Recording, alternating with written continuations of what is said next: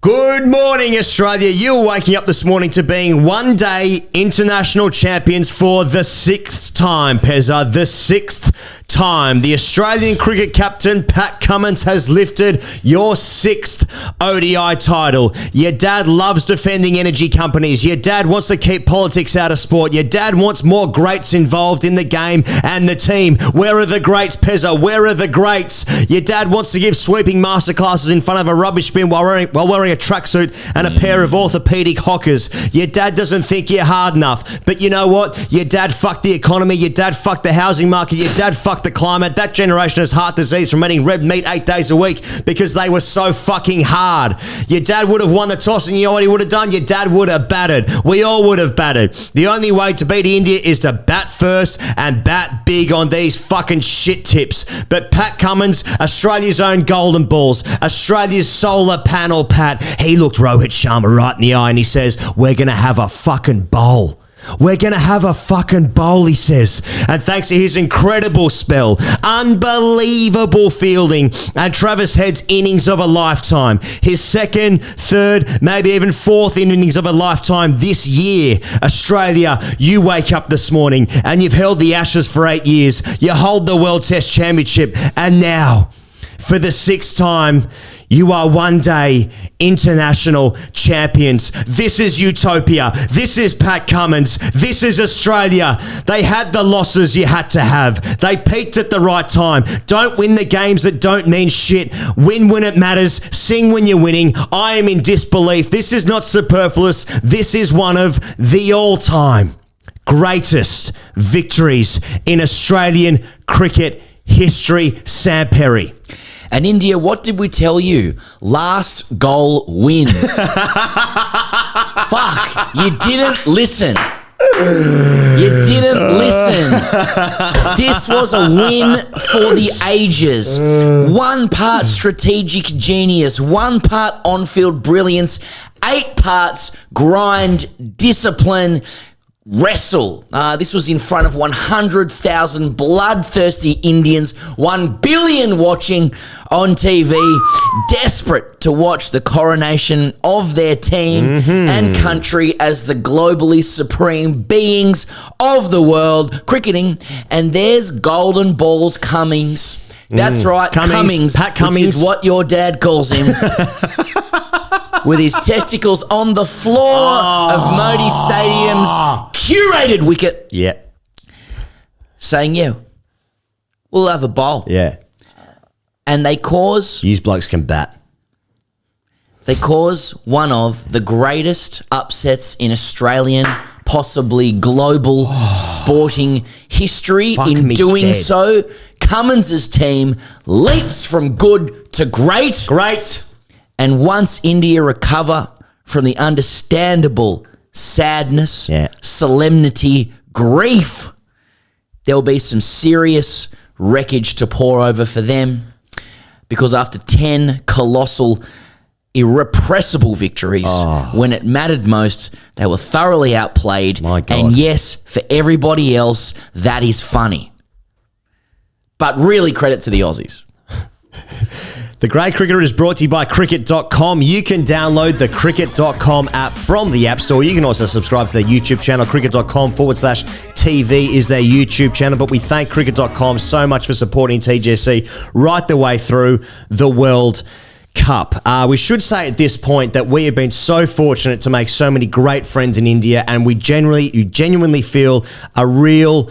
bereft, like there's a sadness in the hearts of people who just really love their cricket, and that's really true. But at the same time, can you fucking imagine the level of shit you would have given us if you'd rightly won the game? But you fucked yourself out of a World Cup by preparing a shit tip, and the captain's called you on it, and he's won the toss, and he said, we're going to have a bowl. And he goes, nobody, this is the greatest call at a toss in my memory of cricket.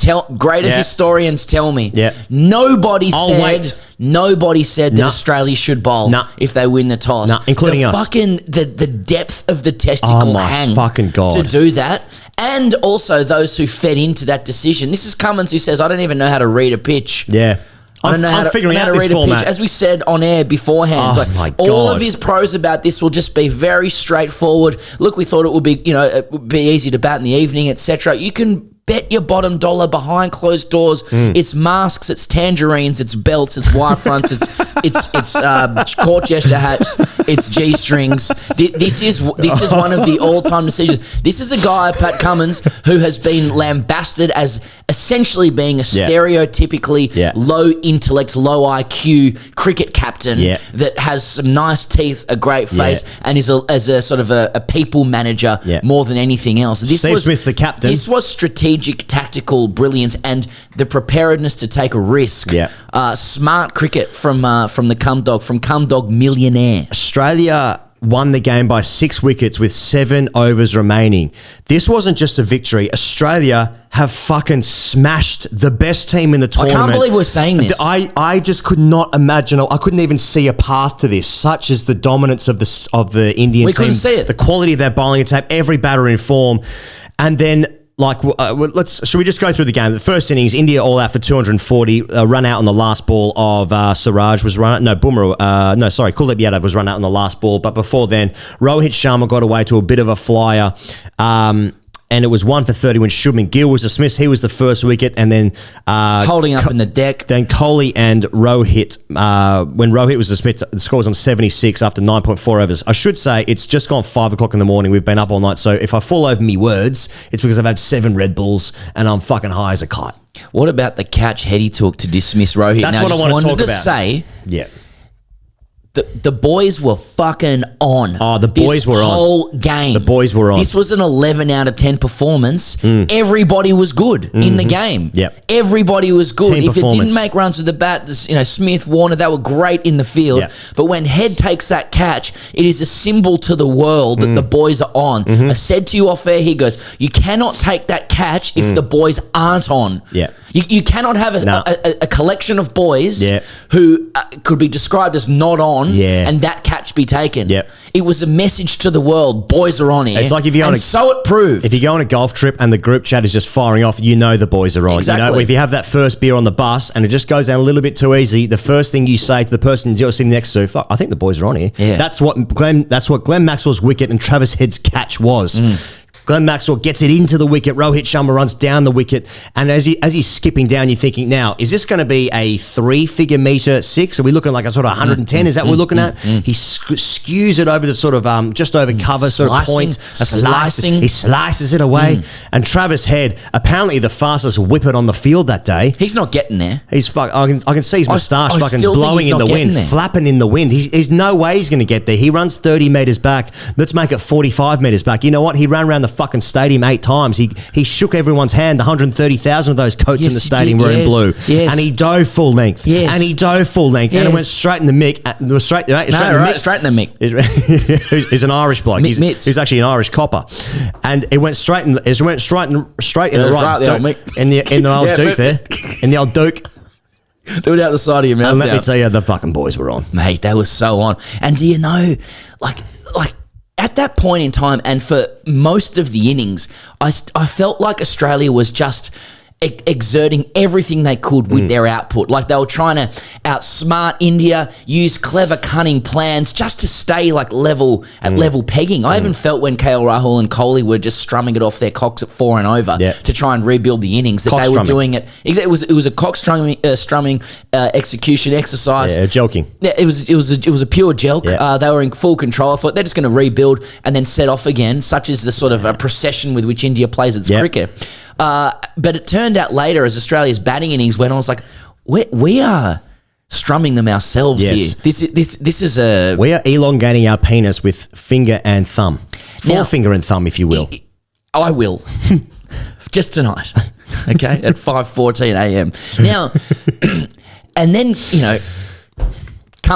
cometh the hour, Cummins, my captain. Oh, my goodness me. To Kohli, who is going at a run of ball 50. Yeah. Okay, we got a guy who did it sort of for 130, but that's neither here nor there. When Kohli's out, it's 54 of 63, but in the context of the game, having Shreyas Iyer was out from Cummins earlier, so and that made it, when Shreyas was out, it made 3 for 81. So Cummins knocks over Kohli. That's just captain's shit, right? Yep. Give me the ball. always steps up in the big moment, Cummins. Yep. Can get hammered when it doesn't matter. Yep. Stepping up here. What does Kohli average against him? 160? 160. What does he average against him in a World Cup final? Knocks him over. And then this is when I realise India's in a bit of trouble.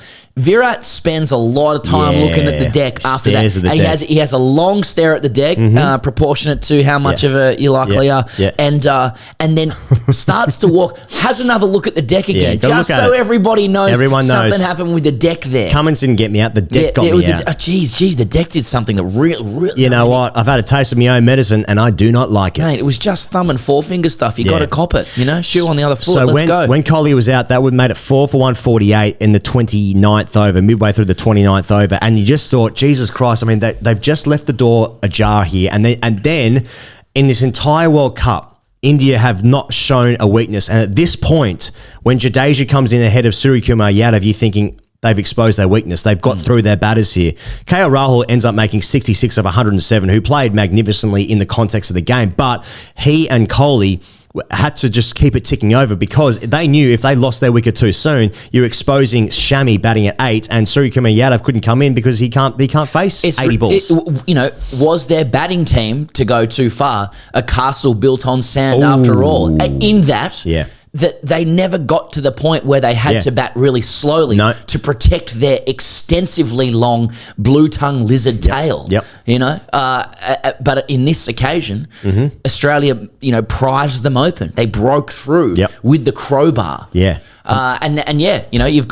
Jadeja there trying to do some middle overs batting. You expose Sky to that. None of them are prepared to play a shot because you're like, as soon as you get to Shami, we're 6 out, all out. And so it pretty much proved. Stark finishes with the best figures of 3 for 55. Hazelwood picked up Jadeja and then Suryakumar Yadav in the second last over, I think it was. He had 2 for 60. Maxwell got... Figures don't reflect. Rohit Sharma, 1 for 35. Cummins, 2 for 34. The pick of the bowlers, you would say. And then Zampa picked up Bumrah to have 1 for 44. That, incidentally, means that Zampa finishes with 23 wickets. He was the second most wickets this World Cup behind Shami, who had 24 because he took 1 wicket. But he does equal Murali's record of most wickets in a World Cup for a spinner, Adam Zampa. So absolutely sensational tournament for him. But what are you thinking at 240? At 240, I thought it was going to be a tough chase. I really thought it was going to be a tough chase, and there was so much. The conversation was about.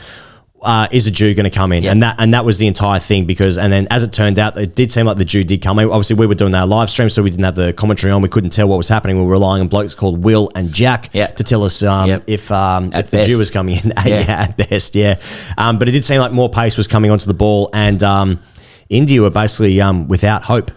With the ball. But I think at this instance, we should probably introduce StatDog into the show. It's time for Cricket.com's StatDog. And there's a fair few tonight. For the last time. Enjoy. Oh, yeah. Oh, yeah. 5:17 a.m. My record is GOAT, man.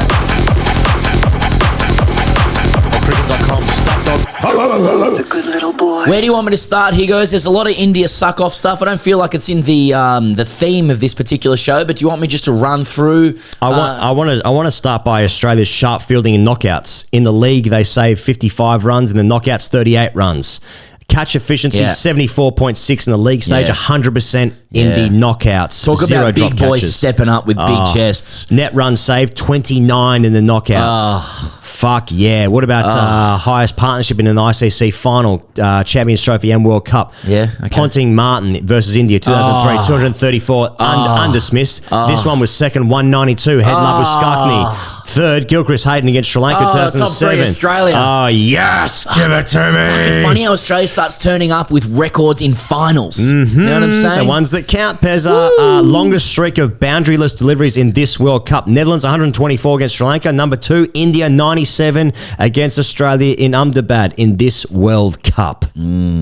Castle built on sand, indeed. What else are we looking at here? Boundaries hit by Team India in the final. 13 fours and 3 sixes. Boundaries hit by Travis Head in the final. 15 fours and 4 sixes. Heady. Hello. A whole bunch of other shit as well. Players to win Man of the Match award in semi-final and final in the same World Cup. Yeah, I like it. Travis Head, Shane Warne, Aravinda de Silva, and Armanath in 1983. Am I getting that name right? Yeah. Definitely not. Apologies. So those are your four there. What are we looking at here? There's a whole heap of Indian stats here. Like, I mean, I suppose they did have a good tournament. Rohit hit the most runs for a captain in World Cups. All good. 597. All beat good. Kane Williamson there. All good. Yep. Good stuff. Best power play score in a World Cup final. Australia was 80 for none against India in 2003. And then they've also got India 80 for 2 against Australia this year. All good. All good. Yeah. Nice one. Most runs in a World Cup. Virat Kohli goes past Ponting, 1,795. Beauty, yeah. He's Good still stuff. 400 or 500 behind Sachin. So, some slow half-century stuff for KL Rahul. Yeah. He sort of did what he needed to do. Look, there's going to be some serious recriminations about the Indian side. I suspect that there will be a line of critique for the pacing of KL Rahul's innings. Could he have put the foot down more, to open Australia up a little bit? But I don't see how. Maybe he just says, honest. this is what, it was interesting that everybody forgot about Hardik Pandya, all through the tournament, Yeah. rightly so, because if you're winning by 450 plus every game, Yeah. and Mo Shami, who's his replacement's taken 7 for, then you can forget about him. Yeah. But here, the lack of that all-rounder position forced India to bat slowly through those middle overs. I cannot fucking believe Australia's won this game, man. I can't believe it. I mean, Yeah. we have to talk about the player of the match, Travis Head. Do you want to go to Australia's batting Let's talk about innings now? Australia's batting innings. So, we're going to refer to him as the bin lid for the rest of the show. Yes. And people are going to say, so why is it called the bin lid? Lid for short. So it started in Sri Lanka where he started fielding at bat pad, and he started calling himself the bin lid because he was like, in Australian like backyard cricket or just like street cricket, I suppose, you might have like a bin placed next to you, and you just basically have the lid open, and the bin serves as the stumps. He just never misses. Yeah. He never misses. Yeah. You know? Anything that goes on the bin lid, it's out. Yeah, it's all right. Come to the bin lid, bang. So he started calling himself the bin lid. Swallow it up like garbage. Yeah. My mum's just messaged and said, "Oh my god, just seen the cricket score. Australia win by 6 wickets. Six wickets. Must have been a hell of a match." Yeah, it's nice. That's so the stories are starting to transcend into more of a casual crowd. Yep. Yeah, I mean, I suppose my question out of Travis Head's innings is, can we sue him for losses? Just the damage that he's done to lots of economies overnight. Not his own with an IPL contract. But yeah, so Australia bats, and as you predicted, Higgins, it's very much a every ball's an event type scenario. Like the first ball, Kohli kind of leaves it for 4 just to make it difficult. It was an omen, wasn't it? Yeah, indeed, yeah, it was. India didn't want it enough. They We didn't started want it. sledging him 3 overs later, and he took a catch just as we were doing that. So that was very funny, and it was a good catch. Yeah. It was a helter skelter first 10 overs. It once again the presumption from us was that Australia needed as many runs as possible before it was going to get really difficult. Yep. Didn't quite turn out that way. India took 3 wickets in the power play. Australia was 47 for 3. Yes, when Smith was out. That's right, which was a worse position than India had been in. Yep. But then it was strange actually. Like, India didn't appear to me to be bowling with the same level of I suppose, plan and discipline as the Aussies. They were pole hunting, as we said, which is not to be confused with various policies in the 1930s and also aggressive guys on Oxford Street. Yeah. But just guys who are looking for wickets. And as they did that, while they did go pole hunting, they were bowling wides. It was sort of uncharacteristically, over pitching, under pitching. The wickets they end up getting are off half trackers or really wide ones. Yep. Smith actually isn't out, and Phil Vonsey actually walks off without reviewing, and he's not out. Unbelievable, yeah. He was morally out. He's morally out. And we can say that magnanimously, of course. And by that we mean it looked so out that it's morally out. It's good enough for me. Indeed. It was actually hit him outside the line, but he didn't review, and so what are you going to do? And at this point, we're like, okay, look, we're not far away from a little procession here. Marnus looked stressed when he came into bat. Yep. And then all of a sudden, Head and Marnus just put on a very uncharacteristic clinic of milking through the middle overs. Now, Australia are the least renowned milkers in global cricket. Right. They like to front load up top, Yep. go big, see if they can hang on through the middle, then reset, go big again with a couple of big boppers in the chest there. It's a washing machine, front load. Front load washing machine, exactly. But this time it was an exhibition of milking from Head and Marnus, right hand, left hand. Couple of farm boys, couple of farm hands. Jadeja and Kuldeep couldn't make an impression. You thought maybe they could. Jadeja got a couple to spit, but for every time he did that, Heady was able to bop him. And same to Kuldeep. It was such an electric start in those first few overs because we knew what both sides were doing. Obviously, pole hunting, and Australia trying to score as many runs as possible early because it felt like the new ball was the easiest time to score. So every ball became in this event.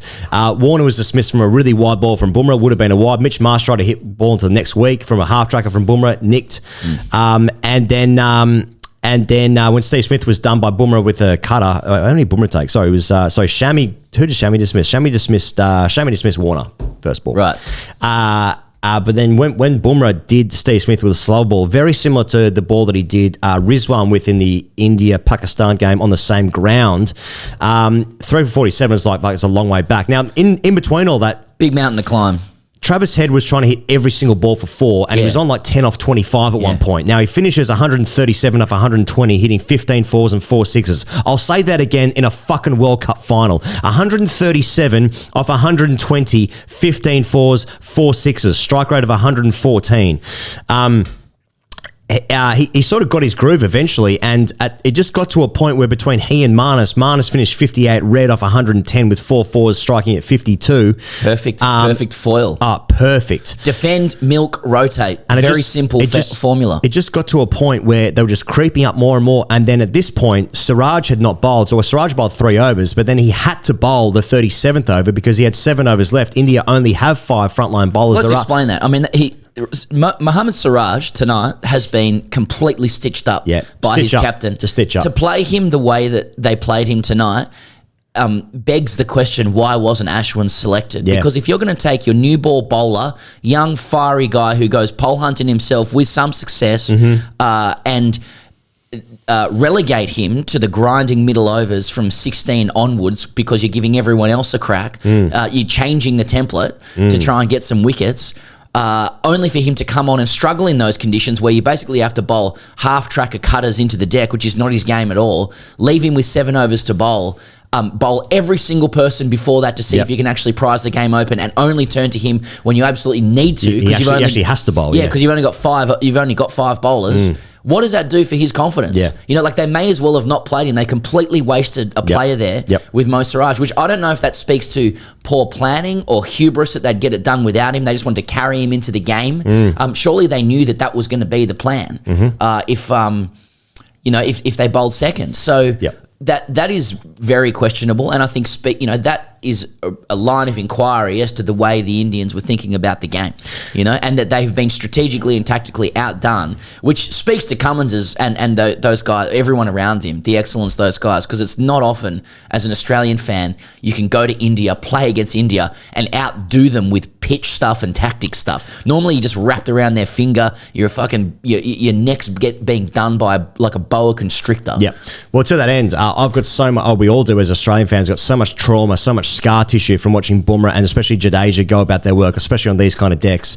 And there was just it just became like they've only got 2 overs left. They've only got 1 over left. Bumrah came back for a second spell and he went all the way through. Counting. And then it's like, is this going to happen? And then Travis Head was still playing like he was picking his moments. He slog swept Kuldeep sort of out of nowhere. He also did it later to Jadeja. He then pumped Shami down the ground. He was still backing away and played with the spin consistently to Kuldeep. He was still playing his Phillip Hughes-esque or Travis Head to sort of a culmination of that slapping balls to the offside. All the highlights you expect from Travis Head. Leg side, fantastic. Short ball stuff. Rolled his wrist, hit down on those. Crunching pull shots, slapping behind point, down the ground, used his feet as well. Jadeja's Kuldeep's last over, I think it was, when mid-on was up. His tempo was just unbelievable, and it was over and above what anybody else could do on the deck. I do feel from India's perspective, like I couldn't figure out what their plans were. Like I felt like they were sort of halfway between, say, like Bumrah bowling cutters into the deck, trying to build pressure, not conceding boundaries, and then going for a Yorker or a bouncer or whatever. Like you couldn't figure out whether they were attacking for a wicket, and by the time they started attacking and then Head took them on, it was too late. He was in. He had the pace of the deck. Marnus just had his game down pat. when they were just thoroughly outplayed, both physically and in the head. And then it got to a point where even with about 70 to win, it was still like, oh, can Australia lose 7 for 60? And it's like, yeah, they can. I've seen this before. Like I feel like I've seen the momentum before. Yeah. Just needed one. And Travis Head gave them opportunity when it was on 99. He pushed one to the offside and he hit it to the worst fielder possible to his left-hand side, that being Jadeja. And he just gives up. And Jadeja misses stumps by a week and a half, missed by a mile, gets the 100. Starts waving. It must be a new celebration for the bin lid there. And then the only other moment was Bumrah reviewed an LBW off Marnus, and it was given not out by Kettleborough, and it was just flicking leg stump, I think. It looked like it was missing a second set. Yeah, exactly. Live, exactly. In the same way that that Smith looked like plumb live, but actually outside the line. This one looked like it was missing, another set. But umpire's call not out. Those were the only moments, and it just turned out it just got to this point where India needed to be perfect. Had those moments gone their way, especially the run out with Head on 99, maybe, it looked like a hard wicket would have been hard for Inglis to get in. Maxwell on that deck, it's going to be hard as well, and then maybe you bust the game open and you just get the crowd behind you. Kohli starts clapping and fucking dancing and doing the things. Maybe then. But it didn't come to pass, and it's an absolute fucking cakewalk. By the time Travis Head slaps a ball to Shubman Gill at deep mid-wicket to try and hit the winning runs, they need 2 runs to win. Siraj is bowling his last ball of his 7th over. Glenn Maxwell faces one ball. He heaves it to the leg side, and then everyone fucking runs onto the field. Tanvir Sanger's there. Stoinis is there. All the boys are there. Saba's there. Full kit. Name on the back. Fuck yes. Yeah. That's Australia. That's 6 in the bank. Get in the fucking bin, everyone else. Oh my God. How do they do this in an Ashes year? Indeed. It bears reminding everybody that Australia as a nation, as a cricket collective, as a strategic impetus from Cricket Australia have not got out of bed for ODI cricket since 2015. Not out of bed. We didn't get out of bed for it in 2019. No. We did not get out of bed for it in 2023. Correct. Right? This is an assembly of guys post-Ashes who are tired, just getting their chests out and having a crack. Yes. Okay? The sheer credit that this win in front of the bloodthirsty, correctly so, Indians in front of the Prime Minister, keys to the city, keys to the world, keys to the economy, everything going against them. The sheer credit that this win brings every Australian, such as you and I, for the next 4 years at least. Oh my God. The chest that it brings us, like the opportunity, this is what I'm thinking, like what does this mean? Like the opportunity we have to treat cricket with the contempt that we do, the yawn that we do, with a chest, with a chest and with a side mouth. Yeah.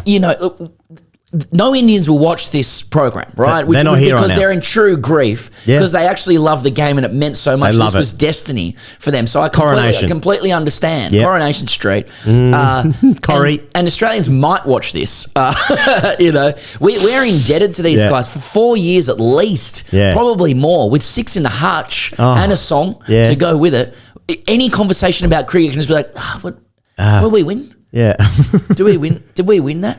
And the amount of time, it is the stuff of dreams. And I tell you what, it's a great result for MS Dhoni as well. Yeah. The way his how did he do it? The way his star rises after this, but because what was meant to happen in this game was Kohli was meant to be the star. Yep. He was meant to be on Shubman Gill's shoulders the way that Tendulkar was on Kohli's shoulders. Right, it's meant to be a lineage thing. And all that happens out of this is that Dhoni, who didn't even come to the game to take the trophy out, just sits there with his feet up and just goes like, guess I'm the man. Guess I'm still the man. Guess I'm still Tala over there. So maybe some things are good for India. I guess Australia's the first nation to win the Way World Cup since Australia did in 2007. I guess so. As it's been pointed out by many people, just needs bearing for the record here. Does bin lid get a dog and call it Modi? There's a question. Just a question. It's just a question that's out there. Just a question that's out there. And another question I've got is, does Modi win re-election now? I don't know. Will Congress win election? What is tonight's win for Australia a win for centrist politics around the world? That's interesting. I don't know. Yeah, you don't know yet. We don't know. I enjoyed Cummins standing there by himself with the trophy. Curb Your Enthusiasm music going. That was really good. Are we ready to talk about Travis Head being player of the series in the Ashes when last time it was here? I guess it's now 2 Ashes series ago. I guess he's also scored 150 in the World Test Championship final against India and was player of the match in that. He's also the player of the final, scoring 137 opening the batting in the ODI final. So where are we at vis-a-vis statues for Travis Head, the bin lid? If that's just a solo bin outside the MCG or Adelaide Oval, obviously where his grassroots are laid, then maybe that's the case. It's what he'll want, and it's also like it's so funny with Hetty because like he's not a guy that is on the front cover of like Men's Health magazine, for example, but he should be because of the way that he lives his life. Now I'm not saying that to sledge the rig or like to say it's slop or anything like that. But he doesn't look like a cut athlete who like lives his life with fucking popping eyeballs, veins coming out, going I must be Rocky in every at every cost and every time in life. He's just a relaxed guy. He's just a guy. He's flicking his fingers about. He calls himself the lid, and he plays the most scintillating innings. Seen in Australian cricket. He's won us a World Test Championship, he's won us a World Cup, he's man of the match in both semi and final. I mean, it's the stuff where you're going like, okay, we're talking next skipper now. Like we're in skipper. It's total elevation. It's possible big boy stuff. It's shouldn't buy a drink again. In his life, no drink should be bought. It's an IPL contract. It's elevation. I hope he stays himself through that. I hope that the moustache remains. He's a very popular guy. Very popular. I mean, what else? What else can you say? It's exactly the guy that I want. It's just lid stuff. 6 World Cups. It's six World Cups for Australia, mate. How did it happen? How's this happened? I'm in true disbelief. And it's almost unfair to say India lost it because Australia just thoroughly outplayed them. Like that's it wasn't a choke. Like India didn't choke in this game in the same way that like they didn't like fall over. They were just thoroughly outplayed. Like Australia just literally got last goal. They were outthought. And like, as I've said before, like the Indian polis, they led the horse to water. Yeah. The horse we'll give you everything. The horse was led. Here's the water. Here's everything. You're on the stirrup. Yeah. You've got a stirrup there. I'm holding the rope or some shit. Yeah, whatever that bit is. Grew up in the city and the Indian team's the horse and we're all leading you. It's all good. The water's there. Might and power. Got your blinkers on. Yep. And you're coming down the little hill there. Come on, Seabiscuit. Come on, Seabiscuit. Come have a drink at the water. Come and lap it up. Come on, Secretariat. And come on, have a drink. You're thirsty. Our livelihood depends on this, Seabiscuit. Come on, Seabiscuit. Yeah. Horse doesn't want to drink. Doesn't want to do it. The horse was led to water, but the horse doesn't want to drink.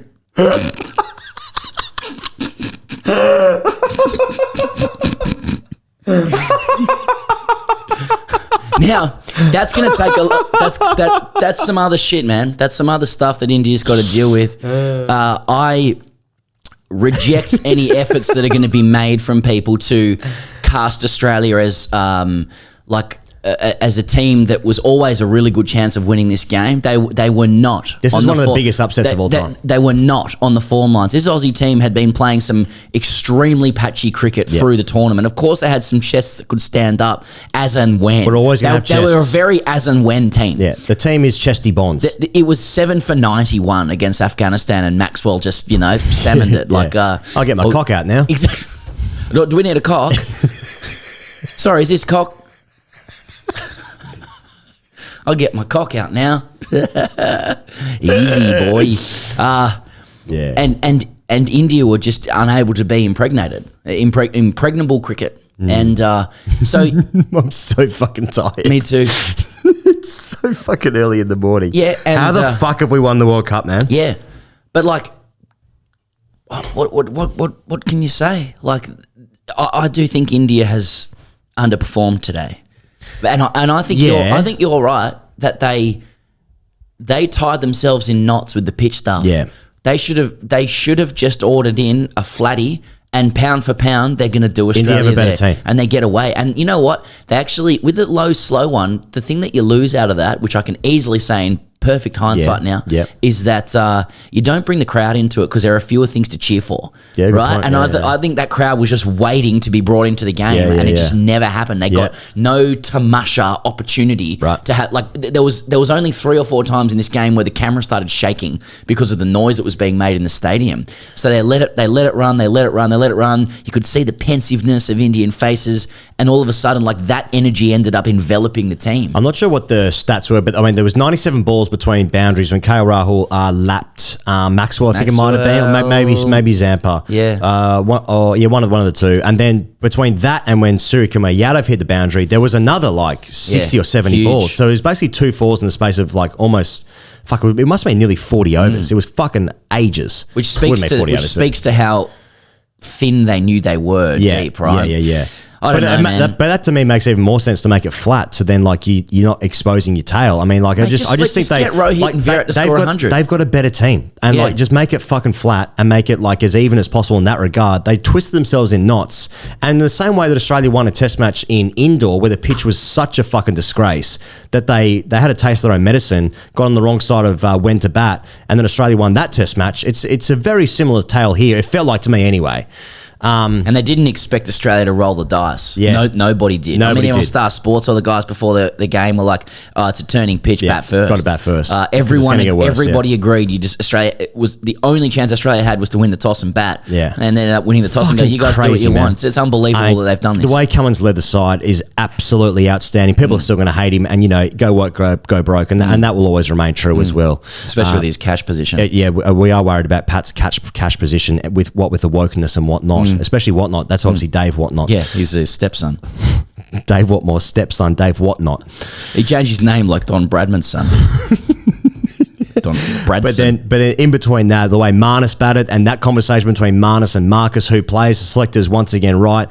Marnus plays 53 off 100 or whatever it was. Incredible innings of discipline and stability. But Travis Head, 137. Fucking hell, man. That is absolutely unbelievable. Clinical, clean batting. Nearly chanceless apart from that run-out chance on 99. It didn't go India's way. It went Australia's way again. 6 fucking World Cups. A World Test Championship. They've retained the Ashes all in this year. They took a Test match off India. What an unbelievable year. And I just want to finish it with this thoughts here, Pezza. And I saw this on Twitter before. Lockie McCurdy tweeted and he said, since taking over as head coach, Andrew McDonald has won the ICC Test Championship, tick. Won the ICC World Cup, tick. Retained the Ashes in England, tick. Won a Test series in Pakistan, tick. Hasn't lost a test at home, tick. That's all since McDonald's taken over. And then this reply from Slug King Jesus says, that can't be right because Big Doss said we need a great in charge. So something to think about. Some people won't be happy. I'll tell you what, I'm fucking happy. Good morning, Australia. Have the fucking best Monday of your year today because you are world champions.